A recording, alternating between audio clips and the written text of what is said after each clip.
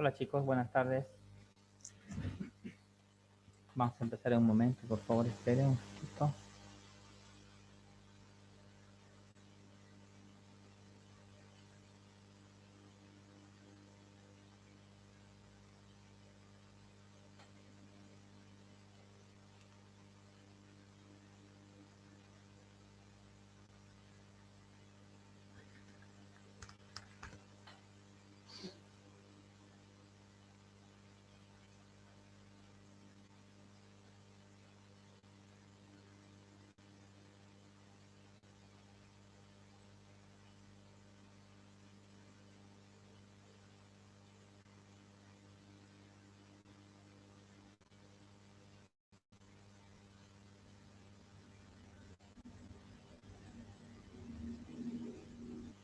Muy bien. Vamos a ver dónde estamos. Sí, aquí quedamos. Bueno, hablamos de senos paranasales en forma general. Entonces, revisar en cuanto al interrogatorio, ¿no? Tenemos 4 senos normalmente en nuestro cuerpo, en la cabeza. Los senos maxilares, los frontales, los etmoidales y el esfenoidal. Maxilares son 2 superiores, ¿ya? Estos 2 superiores. Los frontales que vienen a ser en realidad uno solo, a veces que viene dividido en 2, ¿ya? Los etmoidales que son 2 pequeños y los esfenoidales posteriormente, ¿no? Entonces, generalmente las infecciones respiratorias agudas, desde rinitis hasta cuadros de tipo resfriado, de resfrío bronquitis, pueden provocar, ¿no?, una sinusitis, ¿no?, que se caracteriza por una secreción purulenta. Ahora hay sinusitis crónica, que vienen a ser, digamos, por la fabricación de secreción y que estas, por la densidad que es aumentada, llegan a taponear algún tipo de seno. Y, lógicamente, posterior a eso, una persona siente que huele como a feo, ¿no?, como a podrido. Y una vez de que el ostium nasal se reintegra y se emite la permeabilidad del conducto, entonces uno vuelve a botar, ¿no?, la secreción purulenta fétida. Ya, entonces, en cuanto al interrogatorio, hemos visto que algunas patologías, como les decía, rinosinusales, que generalmente pueden iniciar un cuadro de sinusitis, generalmente se caracteriza por presentar un dolor, ¿no?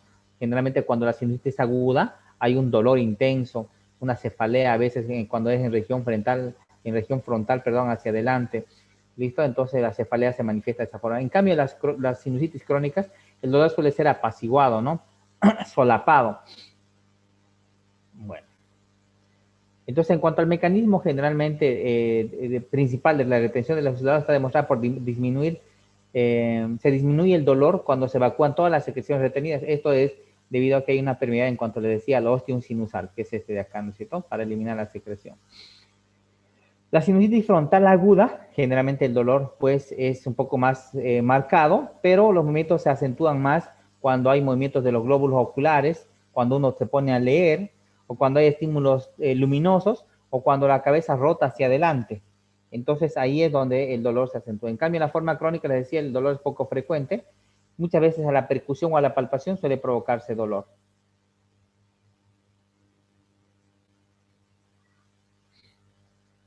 En cuanto a las infecciones agudas del seno maxilar, que generalmente se manifiesta un dolor localizado, pero se irradia a las piezas dentarias, se irradia a la región nasal, a la región frontal, ¿ya? Y muchas veces, uno cursa con un dolor tipo crónico, ¿no? ¿Ya? El dolor, digamos, que a veces mucho se confunde como si fuera algo tensional. Entonces, cuando viene a ser realmente una sinusitis. ¿Y cómo se demuestra la sinusitis? Más que por una placa, ¿no? Miren, por ejemplo, esta placa, donde se ven los senos maxilares. Esta, por ejemplo, está aireada y esta tiene una densidad líquida en el seno del maxilar izquierdo. Entonces, esta tiene una sinusitis del lado izquierdo. Y en este, por ejemplo, miren, esta es una radiografía donde no hay, por ejemplo, seno frontal. Hay una agenesia del seno frontal. Entonces, estas agenesias del seno frontal, por ejemplo, originan dolores, ¿no? Porque justamente, ya que habíamos dicho de que los senos ayudan a que se puede decir, airee cierto tipo de aire, digamos, ayuda como un medio de refrigeración del aire, ¿no? ¿Ya? Entonces, bueno, agenesia del seno frontal. ¿Cómo se ve esta placa? ¿Por qué técnica se hace? Es la técnica de la mento-naso-placa, ¿no? En las sinusitis posteriores, que son etmoidales y esfenoidales, no se pueden ver más que Bueno, a veces se ve en una radiografía de posición de Bater, pero a veces se ve en estas mentonazoplacas, pero son muy difíciles de ver. ¿Ya? Generalmente el dolor a veces es retroorbitario, difuso, afectando toda la cabeza. En cuanto a la inspección, lo que se debe hacer es, bueno, una vez de haber revisado todos los senos, a ver si hay abombamiento o no hay abombamiento, lo que se hace sí es la técnica de la luminiscencia, ¿no? Con un foco, por ejemplo, con una linterna, se pone, digamos, a nivel de la región superciliar y con la otra mano se tapa, como están viendo acá, se tapa para ver justamente la luminiscencia del seno. Cuando a esa luz se irradia y uno percibe, digamos, por encima, tapando lógicamente el foco, entonces dice que el seno frontal está limpio. Pero cuando se tapa y no se puede observar, entonces está llena de secreción, ¿no es cierto? Una sinusitis. Esta es una de las técnicas para ver la región frontal. En cambio, para ver, por ejemplo, regiones etmoidales, ya es esta técnica donde se coloca el foco, ya, y se puede ver, digamos, que es igual translúcido, ¿no es cierto? Es el procedimiento de la transluminación. Ahora, para evaluar los senos maxilares se pueden hacer dos técnicas. Una, por ejemplo, con la luz a nivel del arco cigomático en esta posición, ¿no es cierto? Que se vaya en región media del estroma, ¿ya? Y se puede ver igual la iluminación, digamos, y opacidad en el caso de que tenga secreción. O la otra técnica es esta, donde le ayudas a meter, digamos, en este caso la linterna, enciendes la linterna y se pueden ver, digamos, en este caso, miren, por ejemplo, el seno maxilar que transluce la luz. En este cambio, en el otro lado, por ejemplo, no es muy translúcido. Entonces, seguramente en una radiografía mentonazoplaca vas a poder ver de que este lado está tomado con secreción. Entonces, diagnosticas una sinusitis. Ya, en cuanto a la palpación, pues palpar generalmente con los dedos del segundo o tercer ortejo, puede ser también el primer ortejo, sobre todo para palpar lo que es seno maxilar superior. Para palpar los senos frontales, lo que se debe hacer es una vitopresión, una digitopresión, que muchas veces los pacientes que tienen una sinusitis crónica que no acusan de dolor generalmente, ya que es una sinusitis crónica, entonces se palpa a la vitopresión y generalmente son dolorosos.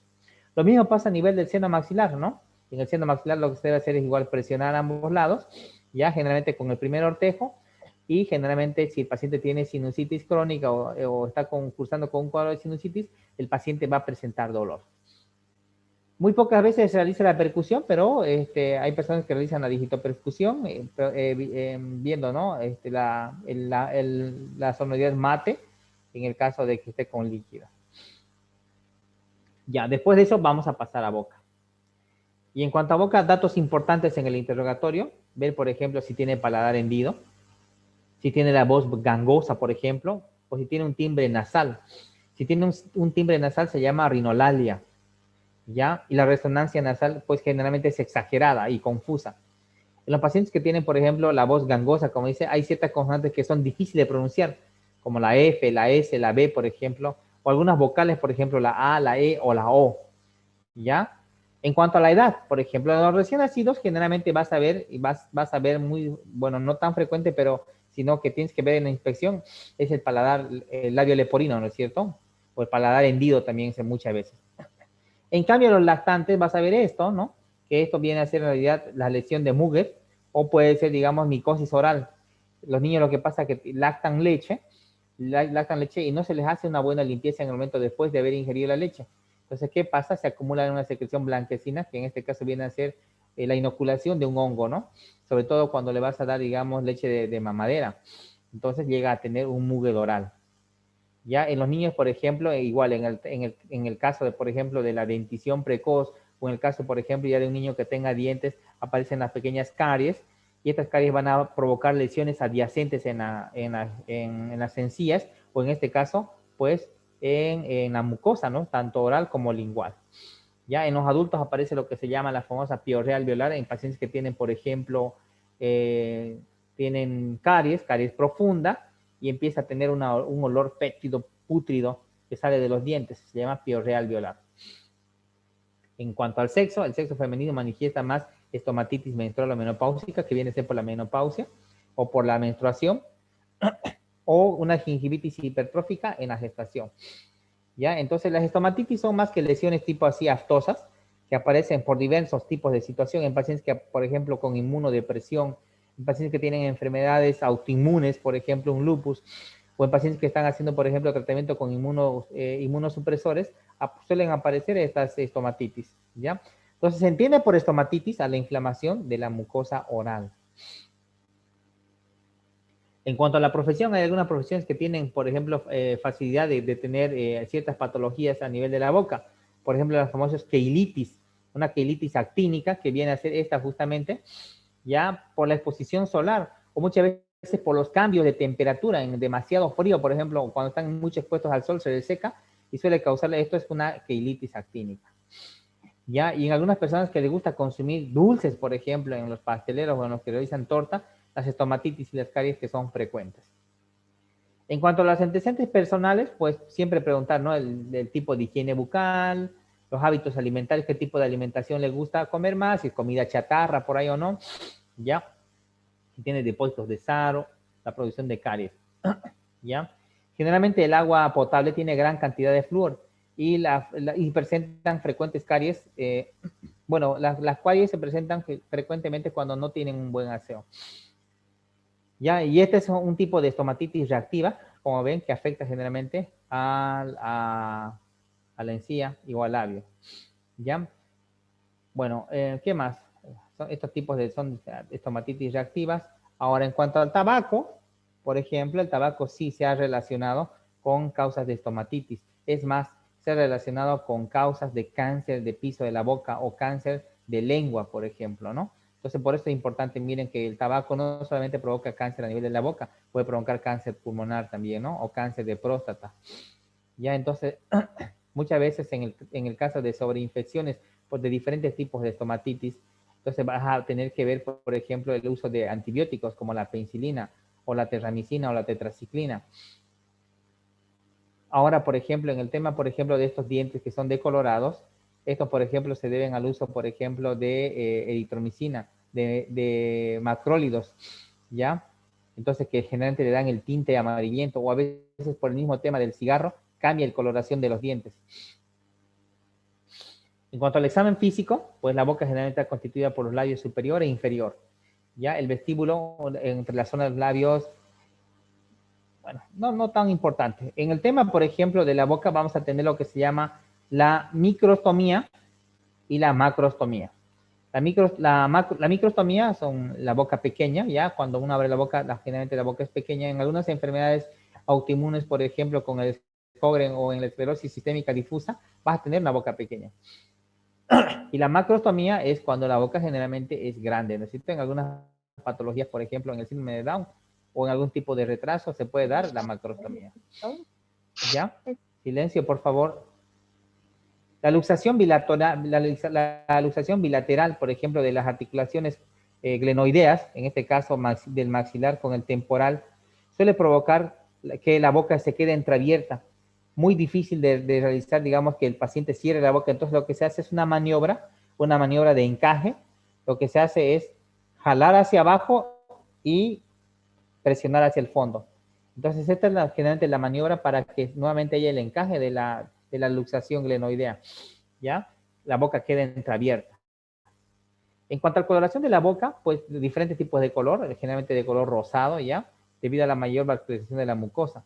Pero en pacientes que tienen palidez suele ser pálido, ¿ya? Y muchas veces es importante ver que, por ejemplo, la cianosis la cianosis, por ejemplo, peribucal o de los labios, es importante signo para la detención de pacientes que tienen disminución de la oxigenación. En cuanto al grosor, por ejemplo, suelen ser gruesos generalmente en raza negra, medianos o delgados. Perdón, ya. Ahora, dentro de las lesiones de los labios, vemos, por ejemplo, la queilosis.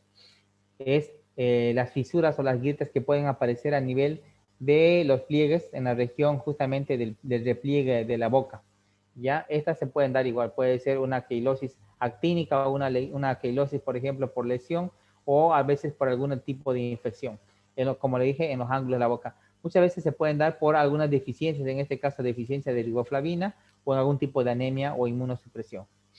Entonces, le decía, la queilitis es la inflamación, por ejemplo, de los bordes libres de los labios, puede ser a cualquier labio, arriba, abajo o aquí, en la parte de los repliegues, ya que se puede dar como queilitis actínica por el sol o queilitis facticia, en este caso, por el mordisqueo. Hay personas que por ende, digamos, tienen se podría decir, ese vicio de estar pellizcándose las encías, los labios, y entonces aparece lo que se llama la queilitis facticia. O a veces se puede dar, en este caso, el herpes labial, ¿no es cierto? Que es una lesión donde hay vesículas confluyentes, ¿ya? Generalmente en los labios. Ahora, en cuanto a las erupciones labiales, generalmente el herpes labial es continua, frecuente, ya generalmente la mayor parte de la población, se dice que, por ejemplo, el herpes, tanto zóster como el herpes labial, el herpes genital, la población en un 90% arriba de los 40 años las tiene. Es decir, en algún momento de su vida ha tenido este tipo de herpes, ¿ya? Que muchas veces debido a la inmunocompetencia que tenemos no se manifiestan las lesiones como tal. El herpes catamenial es otra variedad que aparece generalmente durante la menstruación. Los pólipos son tumoraciones que crecen por debajo de la mucosa bucal generalmente, ¿ya? Y puede ser un signo de que haya otro pólipo, digamos, a nivel intestinal. En cuanto a la situación, por ejemplo, vemos siempre, ¿no? Tamaño, consistencia, sensibilidad, temperatura, y hacer la revisión, por ejemplo, de las encías, los labios, detectar, por ejemplo, si el paciente tiene esta lesión, por ejemplo. Esta es una lesión típica de un cáncer de labio, ¿ya? Es una lesión que nunca se cura. Ahora, hay pacientes que una vez de que tengan, por ejemplo, lo que se llama la leishmaniasis mucocutánea, que aparece por alguna lesión en diferente parte del cuerpo, y que después de aparecer y desaparecer, digamos, en esta parte del cuerpo, aparece la lesión a nivel de las mucosas, generalmente a nivel de la mucosa nasal, donde se encuentran unos tipos de células que son los amastigotes, que son de los pacientes que tienen leishmaniasis. Entonces, aparece esta lesión en la lengua, ¿no? Puede aparecer en la lengua, en el labio, en la mucosa de la nariz, ¿ya? En cuanto al labio leporino, por ejemplo, en los niños, afecta generalmente a labios superiores, ¿ya? Como ven acá en la imagen. Esta puede tomar, por ejemplo, paladar duro o paladar blando. Generalmente, la mayoría de las veces, afecta paladar duro, pero muy escasamente afecta al paladar blando y la cirugía suele ser más complicada. Muy pocos casos se ve lo que se llama la boca de lobo, cuando hay el paladar en ambos lados, tanto en el izquierdo como en el derecho, y lógicamente esta puede afectar mayor profundidad a nivel del paladar, tanto duro como blando. Ahora hay otra patología que es esta, ya el edema labial, en este caso viene a ser el edema alérgico de Quinque, que se da, por ejemplo, en algunas personas que tienen alergia de tipo nerviosa. Miren, por ejemplo, este es el edema angioneurótico, que se puede llamar también, o es el edema alérgico de Quinque, ya que generalmente se presenta en pacientes que tienen mucha ansiedad. En cuanto a la palpación, por ejemplo, en los pacientes con medicación prolongada o citostática, puede aparecer, por ejemplo, este famoso signo de Baserga, donde al hacer la revisión vas a ver que se ve toda la vascularidad de las encías y de los labios, ¿ya? Entonces este es el signo de Baserga. En cuanto al vestíbulo, vas a ver justamente la cara interna. El vestíbulo no es más que la cara interna de la boca, donde vamos a ver, por ejemplo, los labios, la parte interna de los labios, la cara anterior de las encías y los dientes, como ven acá en la imagen, ¿ya? Y al hacer la revisión ya cada una por una, vamos a empezar con la revisión de los carrillos. Entonces los carrillos generalmente son estos de acá. Con el baja lengua revisamos tanto izquierdo como derecho con el baja lengua. Corresponden a la mucosa interna de las mejillas, ¿ya? Donde se va a poder apreciar a nivel del segundo molar, por ejemplo, lo que es la salida del conducto de esteno, que viene de la parótida, ya a ambos lados. ¿Listo? Bueno, también podemos ver algunas pigmentaciones, por ejemplo, en las encías, de color negruzca generalmente, que vienen a verse en las enfermedades de Addison, por ejemplo, o en una insuficiencia adrenal. Se ven este tipo de pigmentaciones que son oscuras, ya que pueden darse también en la mucosa de la cara o muchas veces en la mucosa de las encías o de los labios. Como les digo, viene a presentarse en la enfermedad de Addison. O las famosas manchas de Koplik, que vienen a ser secuelas, digamos, que se presentan a nivel de cualquier parte del vestíbulo, ya en las encías o en los carrillos. Entonces, que son debidas al sarampión. Ahora, hay otro tipo de lesiones, por ejemplo, que se presentan, miren, por ejemplo, en esta imagen, se presentan lesiones, soluciones de continuidad dentro de la boca, con un halo eritematoso en cualquier parte del vestíbulo o en este caso del istmo de las fauces, miren, en el paladar blando o en el paladar duro se llama enantema. Cuando las lesiones aparecen dentro de la mucosa, se llama enantema. Y cuando las lesiones aparecen en cualquier otra parte del cuerpo, ya como ven en la imagen, se llama exantema. Ya en mucosas, enantema, y fuera de las mucosas, exantema. ¿Listo? Entonces, se podían observar a veces, ¿no?, trayectos fistulosos o ver, por ejemplo, el conducto de Stennon a la palpación. Se puede palpar el conducto de Stennon y al apretar sale una secreción de tipo hialina, tipo salival. Las encías, en cuanto al examen físico de encías, la inspección, ver, por ejemplo, procesos que pueden darte lugar a una conjuntivitis, como por ejemplo la deficiencia de vitamina C, o en este caso se llama la gingivitis, perdón, escorbútica, ¿ya? Caracterizada por un enantema, o de un color rojizo en las encías, o sangrado y edema. Las hidantoinas, lo que es la fenitoína, que es un antiepiléptico, puede provocarte una gingivitis hiperplásica. ¿Ya? Le voy a pedir, por favor, que una vez de que se corte, nos vamos a conectar 10 minutos más porque tenemos déficit de tiempo. Se desconectan y se vuelven a conectar. Vamos a estar 10 minutos más. Le decía la gingivitis hiperplástica, en la que además hay una inflamación y rubicundez del mismo. Esta, por ejemplo, es una gingivitis hipertrófica, que se puede dar, por ejemplo, en pacientes que toman anticonvulsivantes de tipo fenitoína. O muchas veces puede haber, por ejemplo, gingivitis, y aparte de la gingivitis puede haber sangrado por encías. Este sangrado por encías se puede dar por diferentes patologías. En pacientes que tienen dengue, por ejemplo, puede presentarse el sangrado de encías. O en pacientes que tienen fiebre hemorrágica, o en pacientes que tienen púrpura trombocitopénica, se puede dar que tengan plaquetopenia o alteración en el coagulograma. Se pueden presentar, y es más fiel, ¿no?, que se pueden presentar este sangrado a nivel de las encías. ¿Ya? Muy bien. Sigamos.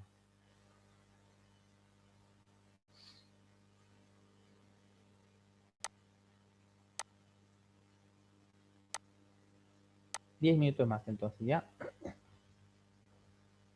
Ya. En cuanto a la intoxicación por algunos minerales pesados, vamos a tener ciertos rebordes, por ejemplo, a nivel de los dientes, en esta parte superior. Y tenemos estos, ¿no? El ribete que es más frecuente es el ribete de Burton, que van a ver ustedes en personas que viven cerca de un río donde hay industrias que se dedican, por ejemplo, a la fabricación de fierro, de hierro, ¿ya? Donde se ve el color negro por el plomo oxidado de este, por ejemplo, ¿ya? Perdón, es este de acá, que es más negruzco. Este es el ribete de Burton, ¿ya? Pues en este, por ejemplo, miren que también tiene cierta cantidad, este es por el mal aseo, ¿ya? ¿Sí? Pero aquí dense cuenta, miren, aquí tiene una secreción alveolar, ¿ya? Una secreción del alveolo dental. Entonces esta, por ejemplo, tiene bastante secreción fétida, pútrida. Tenemos el ribete de Bailey, que es de color verde, que se presenta, por ejemplo, en el cobre oxidado. O el ribete de Bilbert, que es del color plomo, claro, por el magnesio. Y el ribete argéntico, que es debido a la plata, ¿ya? Entonces le decía lo de la piorrea, ya entre las piezas dentarias. En cuanto al examen físico de dientes, tenemos que tener, para ver el examen físico de dientes, tenemos que saber esto de acá. ¿Cuántas piezas dentarias tenemos nosotros? ¿Cuántos son incisivos? ¿Cuántos son caninos? ¿Cuántos son premolares? ¿Y cuántos molares hay? Por ejemplo, aquí miren 3 pares de molares aquí, 3 pares de molares acá, y lo mismo en el lado inferior. 3, 6, 9, 12 pares de molares. Y así suman ustedes y van a tener cada uno de la clasificación de los dientes. 4 incisivos, por ejemplo, 4 caninos y así. Entonces, 32 dientes, ya que generalmente son de color blanco amarillento. Normalmente son blancos, pero son blanco amarillento en los fumadores, ¿ya? O en los niños que toman, por ejemplo, les decía tetraciclinas, por ejemplo, la famosa tetraciclina o la eritromicina, por ejemplo, te pueden causar, por ejemplo, cambio de coloración de los dientes. Algunas alteraciones que ya tenemos a nivel de los dientes, por ejemplo, aparte del mal aliento, digamos, por las caries dentales, tenemos el tamaño, por ejemplo. En cuanto a tamaño, aquí tenemos macrodontismo y aquí tenemos microdontismo. Macrodontismo, microdontismo. Entonces, Y a veces tenemos hasta la ausencia de dientes, ¿no? Anadontia se llama, por ejemplo, la ausencia de dientes. Los famosos dientes de Huntington, que se puede presentar en alguna sífilis congénita, que se da una alteración en cuanto a la forma de los dientes, y estas a veces vienen ser tipo que terminan en punta, ¿ya? Miren en esta, por ejemplo, este es un famoso diente de Huntington. ¿Listo? Y los dientes en destornillador que vemos, por ejemplo, en esta, son esos pacientes o esas personas que se van haciendo, digamos, que haya un contacto entre diente y diente, como una fricción entre diente y diente y van desgastando los dientes. En este tipo de personas tenemos estos dientes en destornillador que son muy frágiles. O en algunas patologías, por ejemplo, donde hay un mal aseo bucal, tenemos estos dientes que son desvitalizados, ya se empiezan a consumir, por falta de vitaminas o a veces por falta de aseo, ¿no? En el hipotiroidismo, por ejemplo, se retrasa la erupción dentaria. Incluso en algunos casos hasta hay una alteración cronológica, digamos, que suele ser la única manifestación. En cambio, en el hipertiroidismo brotan prematuramente, pero son más frágiles y suelen caerse más rápidamente. ¿Ya? Bueno, en el hipogonadismo igual, ¿no? Hay un menor desarrollo de los dientes caninos generalmente. En el raquitismo, que es por la deficiencia de vitamina D, igual, la tendencia a tener siempre caries, ¿no? Aparte de tener, digamos, los huesos que se ven a flor de piel, si se puede decir, se ve el rosario costal en pacientes que tienen este tipo de diagnóstico como raquitismo, y le decimos que le revisamos los dientes y van a ver justamente lesiones en los dientes, ¿no? Tipo caries, frágiles, dientes rotos, ¿ya? Ahora, la diabetes, por ejemplo, es un precedente de que te puede dar el paciente una destrucción alveolar, ¿ya? Y al tener esta destrucción alveolar, lógicamente que no van a haber piezas dentarias, o si las hay, van a estar con infecciones. Hay una patología que se llama estomatitis expulsiva de Maginot. En esta, justamente, como les decía, como hay una, si se puede decir, una infección o hay una disminución o destrucción del hueso alveolar, entonces el diente se va a caer por sí solo. Entonces se cae el diente. Y en el raquitismo, lo que les decía, ¿no es cierto? Dientes frágiles que a veces se rompen o a veces son predisponentes a la caries dental.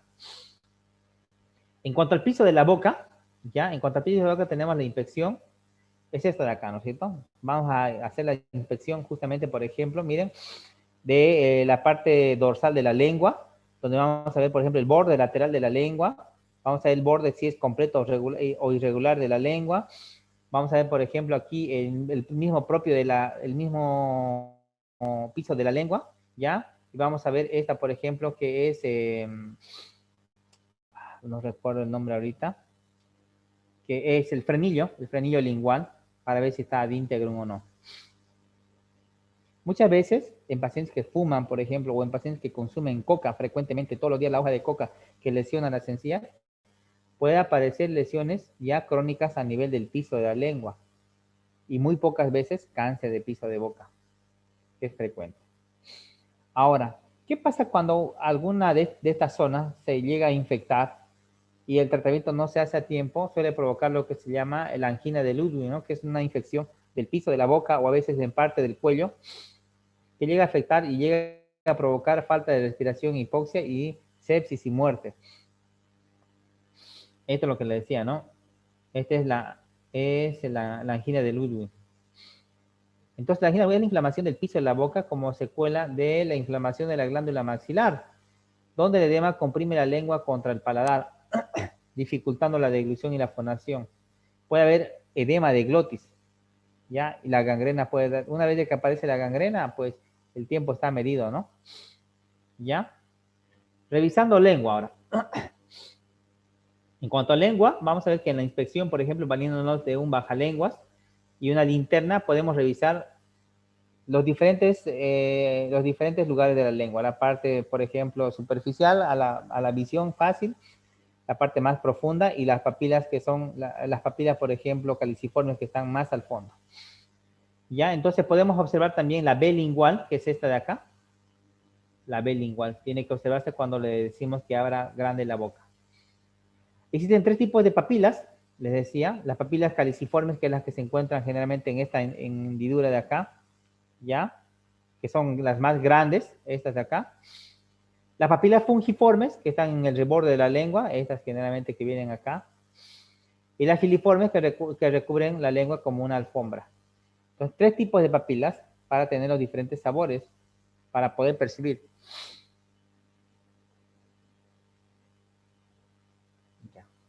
Entonces, la alteración más común generalmente viene a ser como la lámina blanquecina, que viene a ser la saburra, si se puede decir, ya, por eso decimos lengua sabural frecuentemente, que se debe a la falta de limpieza, puede ser la contaminación por micosis o por diferentes causas. Por ejemplo, en pacientes que están internados, generalmente van a tener la lengua sabural, porque cuando están internados tienen poca higiene bucal.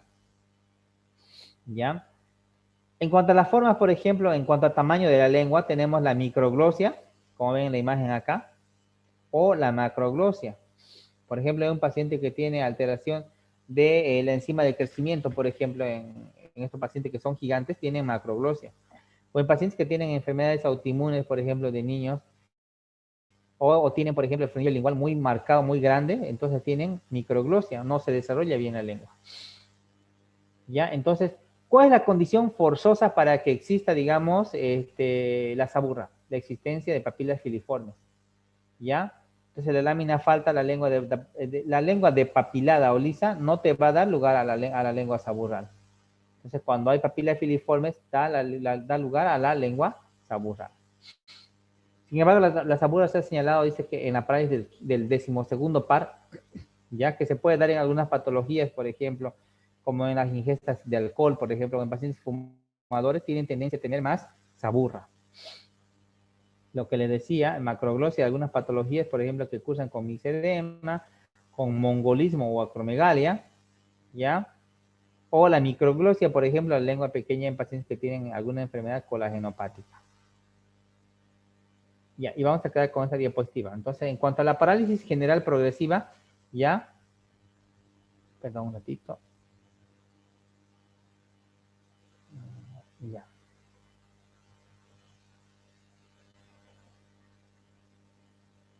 Ya, en cuanto a la parálisis general progresiva y el deterioro del hipogloso, por ejemplo, a veces hay parálisis del nervio hipogloso. Cuando, por ejemplo, este parálisis del nervio hipogloso se da uno lo saque la lengua, le dice, y la parálisis del nervio hipogloso dice, hace desviar la lengua hacia el lado paralizado al protruirla. Por ejemplo, si este lado está paralizado, saca la lengua y ¡pac! Se va a ese lado. Entonces quiere decir que hay un parálisis del nervio hipogloso, en este caso del lado derecho. ¿Ya? En el alcoholismo crónico o en la tirotoxicosis o en pacientes que tienen, por ejemplo, el dengue grave o en pacientes que tienen fiebre hemorrágica boliviana, entonces suelen tener la lengua temblorosa. Saca la lengua y la lengua sale temblando, ¿no? Se llama trémula. La sequedad de la lengua se ve en algunos casos de deshidratación en fumadores crónicos. A veces se pueden ver, por ejemplo, sequedad y resequedad en pacientes que tienen patologías crónicas o en pacientes que están muy deshidratados, ya donde ya aparecen desquebrajaduras a nivel de la lengua. Miren aquí, por ejemplo, tenemos la lengua en pico loro que se da en pacientes que tienen colagenopatía. En esclerosis sistémica difusa se presenta esta lengua de pico loro. O la lengua de papilada, por ejemplo, que esta en realidad no suele ser patológica, mucha gente la tiene, la lengua de papilada, es por falta de, por ejemplo, de papilas filiformes, que se pueden dar congénitamente o se pueden dar, digamos, por algún trauma o quemadura, en este caso de la lengua. La lengua de papilada, que no tiene ningún tipo de papilas, que es lisa, se observan deficiencias de complejo B, también en algunos pacientes que tienen prótesis dentaria. La lengua atrófica indica la deficiencia nutritiva de anemia ferropénica, ¿ya? Pero también se puede realizarse, se puede dar en algunos pacientes que tienen o que están usando tratamientos con antibióticos. Entonces, hasta aquí vamos a quedar. Por favor, vamos a seguir entonces la próxima clase con la lengua geográfica. ¿Hasta aquí tienen alguna pregunta? Chicos. Ya, voy a pedirle por favor que enciendan su cámara para mandar registro de la clase, por favor. Un ratito para que mande el registro. Vamos chicos, vamos, faltan